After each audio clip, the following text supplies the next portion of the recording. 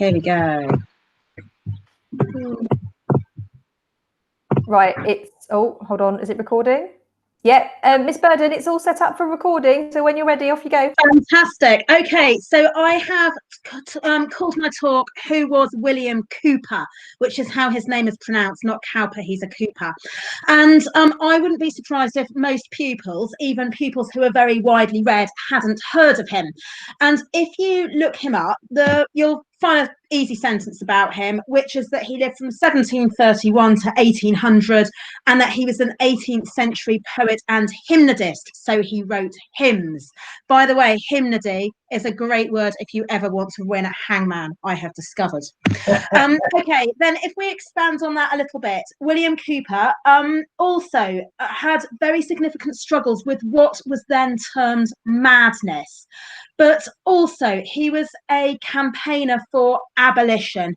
He very firmly believed that slavery was wrong, that Britain was wrong to be involved in it. He believed it was morally wrong. He didn't actually live to see slavery abolished. It was initially stopped in the British Empire in 1807 and completely outlawed in Britain around the world in 1833. And you can see he died in 1800.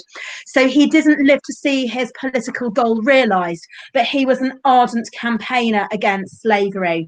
So he was born a gentleman as his social class, although his family wasn't particularly wealthy. He needed his writing and his life to make a living. And he was the son of a Church of England priest. And in the early part of his life, everything seemed to be going very well. He had a fee-paying education at a school even then was reasonably well known. And after school, he didn't go to university, but he did enter a profession. He was articled to a solicitor and he was called to the bar. So he was reasonably clever and articulate, and he had a good, secure job, and everything seemed to be going very well. And then he suddenly, age 23, had a complete mental breakdown. He abandoned his legal career and he spent time in an asylum. He was very lucky because in the 18th century, asylums were not nice places and understanding of mental illness was extremely limited. And in some notable and terrible cases in his period, people who were in a lunatic asylum were sometimes exhibited to the public, almost as if we would see a zoo today. His asylum was actually one based on kindness and understanding, and he was even given what today we would call counselling by priests and able to make some kind of recovery, although he never really did recover. Now, his mental illness took on a particular form. It's really hard to diagnose any illness retrospectively in history, physical or mental. Some people have argued he had bipolar disorder, and some people have argued that he had schizophrenia, but because he did hear the voice of God. But I mean, I don't know. I think I might argue that he simply had very severe depression and that the sleeplessness and so on involved in that sometimes led to illusions. But in his mental illness, he believed that he had had a vision in which God had told him that he was not one of the elect. So going on to religion here, he was brought up a Protestant, but of the Church of England as an Anglican. He then became a dissenter, an evangelical, and he really believes a form of Calvinism. And basically Calvinists, one of their beliefs is that people are predestined, whether they're good or bad, either to go to heaven or to go to hell. And he came to believe that no matter how good he was in life and no matter how fervently he believed in God, that he was not going to be admitted to heaven. And one of the signs of this deep fixed belief of his is that when grace was being set at a table, he would hold his cutlery because he was trying to show to everybody around that he believed he was shut out from the grace of God. So this is part of his longest and most significant work, The Task, which is in blank verse. It doesn't rhyme, but it has an iambic pentameter rhythm. And this is really what he says about that moment where he had a breakdown and his life was never the same again. He says, "I was a stricken deer that left the herd long since. With many an arrow deep and fixed, my panting side was charged. When I withdrew to seek a tranquil death in distant shades, there I was found by one who had himself been hurt by archers. In his side he bore, and in his hands and feet the cruel scars." And you can see that here, of course, he's talking about Jesus and the wounds on the cross. With gentle thoughts soliciting the darts, he drew them forth and healed and bade me live. Since then, with few associates in remote and silent woods, I wander far from those my former partners of the peopled scene. And what Cowper is referring to here is that he really withdrew from society. He left London. He went first of all to Huntingdon and then to a place that I'll come to in a moment. And he really spent most of his life living in a very reclusive way. And I suppose that's why Cowper came into my mind to talk about, because to me, he is the poet of 2020. He lived in social isolation in a way that parallels our recent need to stay in our homes, and at a time when actually very few people really felt and understood that Black lives mattered. He used his work to argue that slavery was selfish and immoral and against the teaching of God. I'd also argue, however, that just as we now have lived quite an isolated life, but have stayed in contact with what's going on through our media and social media, that just because he was withdrawn from the world, it does not mean he was not a part of it. I see him as actually quite a polemical and political writer. He was very lucky in his life to meet a couple called the Unwins, and John Unwin died quite soon after he moved in with them. When he came out of the asylum, he became their lodgers. But Mary Unwin, the widow, became his lifetime companion. They did not have any kind of sexual relationship, but they did live together as a widow and as somebody who couldn't really live on their own because of their mental illness for the rest of their life. Now, Mary Unwin moved them to Olney, it's sometimes pronounced Oney, which today we would say it was near Milton Keynes, a town that did not exist when Cowper was living. It's in Buckinghamshire, and it is even today, you can see, quite rural, and it's on the river, the Great Ouse. And the reason why Mary Unwin moved their household to Olney was because of this man here, John Newton, who was a very interesting character. At the time they moved there, Mary Unwin wanted to go there because he was the village priest and she was inspired by his preaching. But he had not always been a priest. He had been a slaver, and his job for many years was to steal people from African nations, to cram them into slave ships, to treat them with exceeding cruelty, and then to sell them at a market where they would then live a life of terrible labour, specifically for him among sugarcane and harvesting sugar to be used by, if you like, their masters and society in general. The hymn Amazing Grace was written by John Newton.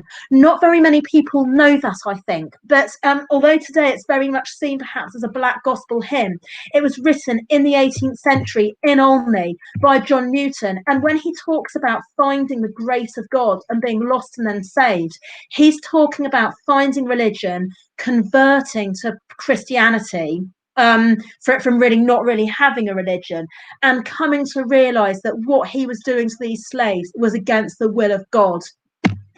So Cowper, one of his lots of his writing is about slavery. Objectively, you can argue that his poems about slavery are not necessarily his finest poems. They are polemical and political poems. You can argue that he was also, in a sense, writing for children. The picture that I've put on the slide here, this is Cowper's poem called The Negro's Complaint. This is a copy of the book that still exists of it in the British Library. And you can see actually it's set up very clearly and illustrated for children. So Cowper was trying to influence even the younger people in society to turn against what he saw as the evil of slavery. We might read this poem and today we might see it as being quite trite, and maybe even today we might even find its language a little bit offensive. You know, it talks about the Negro's fleecy locks and black complexion. But for its time, this is an incredibly forward-thinking poem. It's in the first person. It's from the point of view of a slave, forced from home and all its pleasures. Afric's coast I left forlorn. But also points out that slaves could think for themselves. Minds are never to be sold, still in thought as free as ever. And at the end of the poem, Cowper addresses, I've put it on the doc if you want to read the whole thing, Cowper, speaking as a slave in the first person, addresses European society very directly. Prove that you have human feelings ere you proudly question ours. Who are you to say that slaves are not real people and do not have feelings? It's you that needs to look at yourself and the way that you are trading human lives for money. So that's one really important aspect of Cowper's work. He was very much against slavery. He was also, as I said at the beginning, a hymnodist. The only hymns he and Newton combined together, although they didn't write the music. In those days, hymns were mostly chanted and the music was added in the 19th century. But they wrote together and produced and published 348 hymns, which is a huge number. And actually, 6 of those only hymns, including Amazing Grace by Newton, are very commonly used in church worship. And if you are a churchgoer, any of you, you may have come across some by Cowper. His most famous is possibly God Works in Mysterious Ways. So that was another part of his repertoire. Cowper spent a huge part of his life, as I said, living really in his own house and garden and in the natural world surrounding it. You can still visit his house, which is now a museum, predominantly against slavery, actually, but it's called the Cowper and Newton Museum. This was his summer house or garden shed. This is where he did most of his writing and where he spent most of his time. And I've included on the sheet of poems I've given an extract from that long poem of his, The Task, where he talks about looking through the loopholes of retreat to peep at such a world, to see the stir of the great Babel and not feel the crowd. So he feels that he can look at the concerns of the world and its problems, but that he's safe and only. And that he can calm his mental illness by not being part of society. He says, I behold the tumult and am still.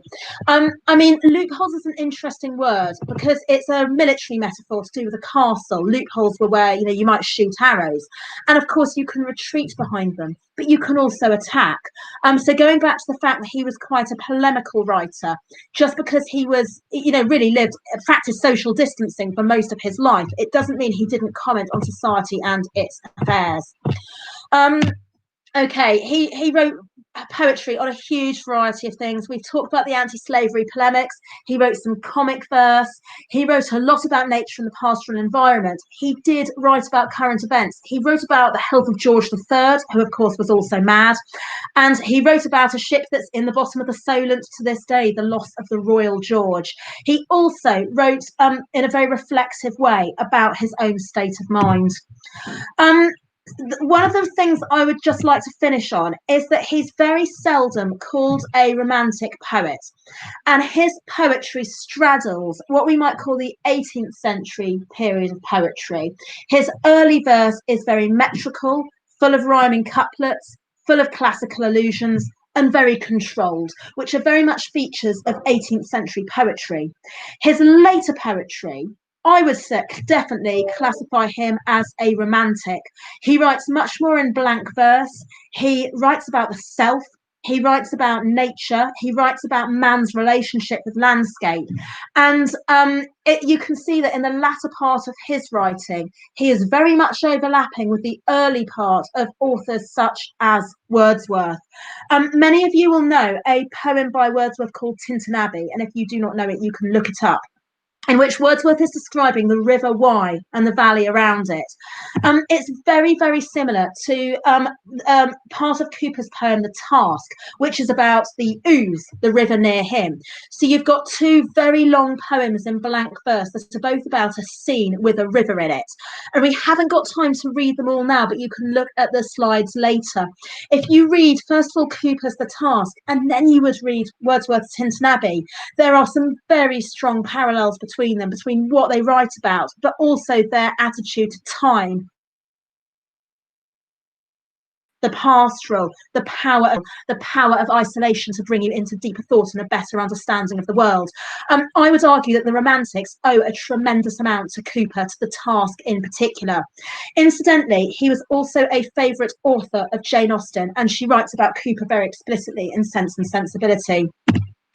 The poem I just want to finish by talking about, however, is really, really short. It's a poem called The Castaway. The word castaway has a double meaning. Here it is. It can mean somebody who has been lost from a ship, which is the literal meaning here. But it also has a religious connotation from the Bible of not being saved, of being lost to the will of God. And this is a poem operating on two levels. On one level, it's talking about a historical event. There were the first Lord of the Admiralty at the time was called Anson. If you are ever walking around Portsmouth and you see Anson on a street sign, because he was a naval guy, there's even a school named after him in Portsmouth. That's who he was. He was a historical figure, the first Lord of the Admiralty. And there was a historical event that the ship was in the Atlantic and a man went overboard in a storm. So the poem begins with a description of weather. Obscurest night involved the sky, the Atlantic billows roared, when such a destined wretch as I washed headlong from on board. Of friends, of hope, of all bereft, his floating home forever left. So the man drowned, he fell in the sea, and he could not be recovered to the ship. And as the poem goes on, people on the ship do try and help. He shouted, nor his friends had failed to check the vessel's course, but so the furious blast prevailed that pitiless perforce they left their outcast mate behind and scudded still before the wind. And they tried throwing him what passed for a life belt in those days, but the man, deserted and his friends so nigh, eventually sinks in the sea. For then by toiled, subdued, he drank the stifling wave, and then he sank. So on one level, it's about a historical event recorded and published by Anson, who was captain of the ship at the time, of some poor unnamed sailor going overboard and being lost forever. But this is also a poem about Cooper's relationship with God and about his own state of mind. At the very beginning of the poem, sorry for the rapid scrolling, he calls the sailor a destined wretch. That phrase could indeed refer to the fact that it was this poor man's destiny to go overboard. But the word wretch and the word destined brings us back to Calvinism and Cooper's feeling that he could never shake throughout his life, that despite his sincere religious belief in God, he would not meet God in heaven. It was such a destined wretch as I. Water imagery is often found in the Bible. Psalm 69 is a really good example of this, to talk about feelings of despair and crying onto God for help. And all of the imagery in this poem to do with water, on one level, it is about a man drowning in the Atlantic, but it's also about the strong emotions that Cooper feels with his mental illness and his deep depression. And at the end of the poem, he makes that comparison clear. He ends the penultimate stanza with, but misery still delights to trace its semblance in another case. He tells us that he sees his own predicament in the loss of this sailor. And the poem ends with, no voice divine the storm allayed, no light propitious shone, when snatched from all effectual aid, we perished, each alone. But I beneath a rougher sea and whelmed in deeper gulfs than he. In the Bible, Jesus stops the storm when the disciples are fishing on the Sea of Galilee. But Jesus doesn't always intervene directly in our lives, even if we are believers, which I'm not in particular, but Cooper was most sincerely. And he's pointing out that sometimes you can be desperate for help and you can reach out to God and you can't see that help coming. And ultimately, he is speaking really about the tragedy of his life, because this was the last poem he wrote before he died.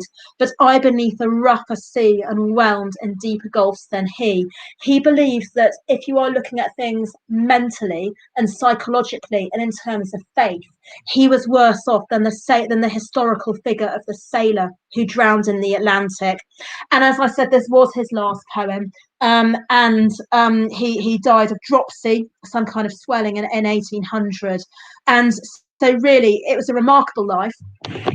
Somebody who did a tremendous amount of good in the world and who, really sincerely tried to help others, but who unfortunately was actually never able to shake off that deep depression. So there we go, everybody. That was William Cooper, the end.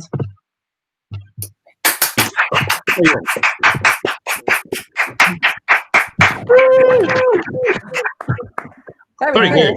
That was so cool. Wow, and also, like, how much can you fit in 20 minutes? I did my undergraduate dissertation on him, which was probably quite an unusual choice. I don't really know how I became so fascinated with him. But my college at Durham was quite a religious one, and the remarkable chap who was the leader of my college at Durham, who sadly passed away since, was the Bishop Stephen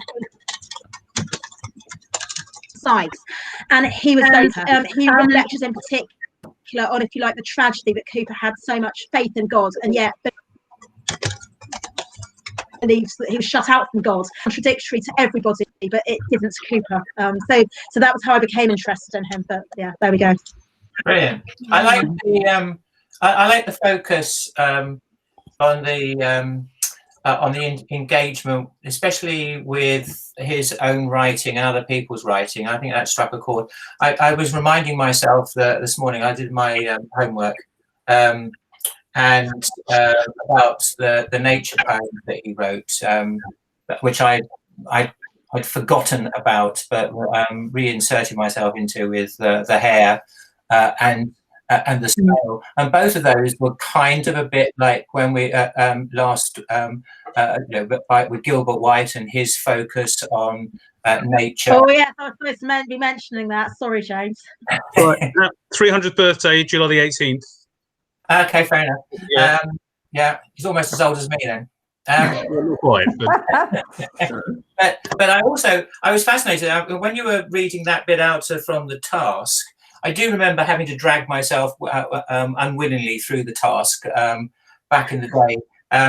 And so, but I didn't know my Lucretius then, but I'm looking at De Rerum Natura, which is astonishing. And I wish I'd known it back then.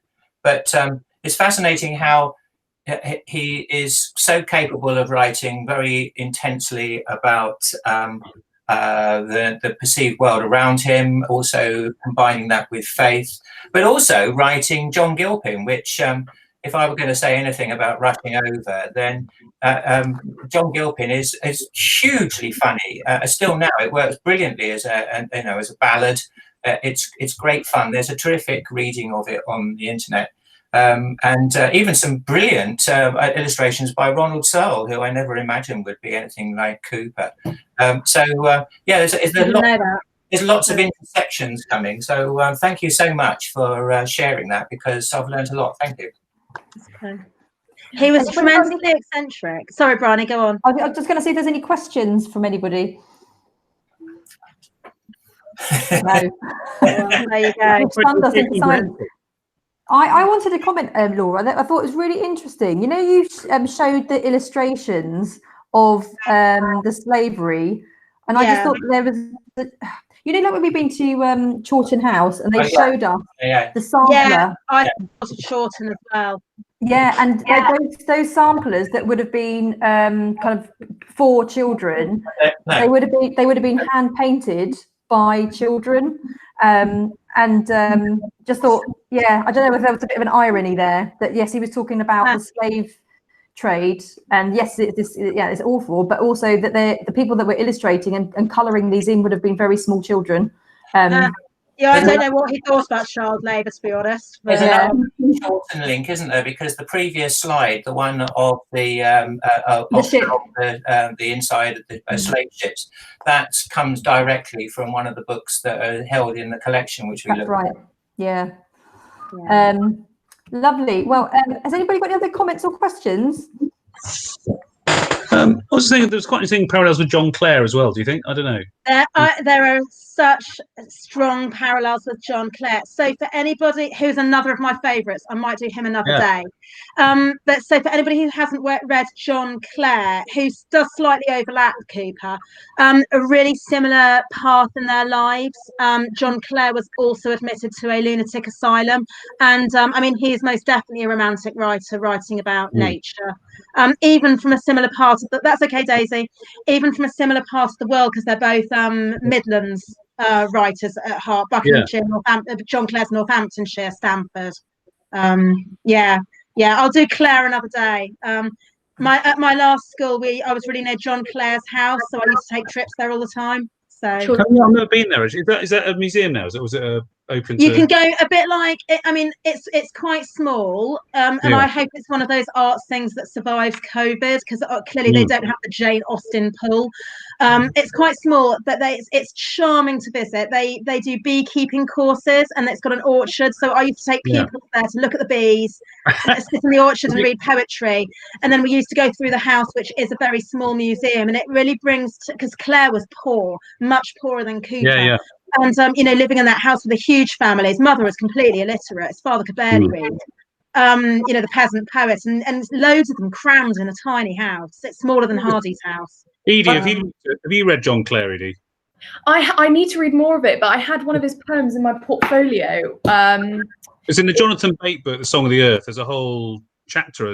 Jonathan Bate's done an amazing biography of him as well, actually, which is brilliant. So I need to read that. If you're an eco, because part of his whole falling apart was the fact his environment he'd grown up in was enclosed and then developed, and he kind of was cut off from the land and the place he knew, and that's part of what sort of sent him into madness. I read somewhere about the tragedy of him being like the mental asylum he was in was close to where he'd grown up, not close enough so that he could go for a walk there or something. He escaped. He famously escaped to the asylum and walked back from Essex to Northamptonshire, which in those days, well, even now walking it would be quite a way. A long way. Essentially, the land he knew had gone essentially because it had been completely transformed, and he was so attuned to the nuances of the land that he was unable to cope essentially. So he's a really fascinating case. I think another reason why Clare broke down was that he was a fish out of water. Yeah, because he obtained an education from kind of a local church school and spent his early wages on books, but no one around him understood that. As I said, his parents, one couldn't read at all.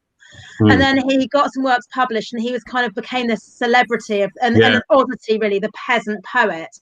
But then, of course, he didn't fit in at home anymore because he had this literary London life. But he didn't fit in London literary life either, because he was a peasant. And I think because of that, he was never able to be normal in any sphere he moved into. And I think he became a sort of fashion item for the rich, didn't he? They sort of parade him at dinner parties and salons and things, and then they got bored because as ever trends moved on, and he was sort of classed. It sounds. I was listening to the In Our Time about Robert Burns. That sounds really similar. Is that a similar time, or was he a bit later?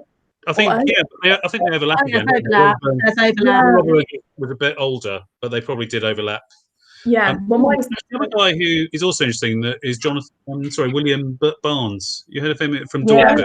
Oh, he's brilliant. Because John Clare, I suppose you'd argue John Clare's kind of a dialect poet, isn't it, up to a point? But William Barnes is a full-on dialect poet, and he was a friend of Thomas Hardy as well. That's it, because Thomas Hardy. That's how I've heard of him. Yeah, so Thomas Hardy used to go to him, and they used to just do work together. And William Barnes advised Hardy on how to include kind of dialect within his novels. Yeah, and he was very political as well. I think, wasn't he? I think he was a socialist, or I can't remember what he. Anyway, he was quite pioneering in that sense as well. Well, thank you so much, Miss Burden. I'm going to just stop the recording there. So thank you so much. That was good.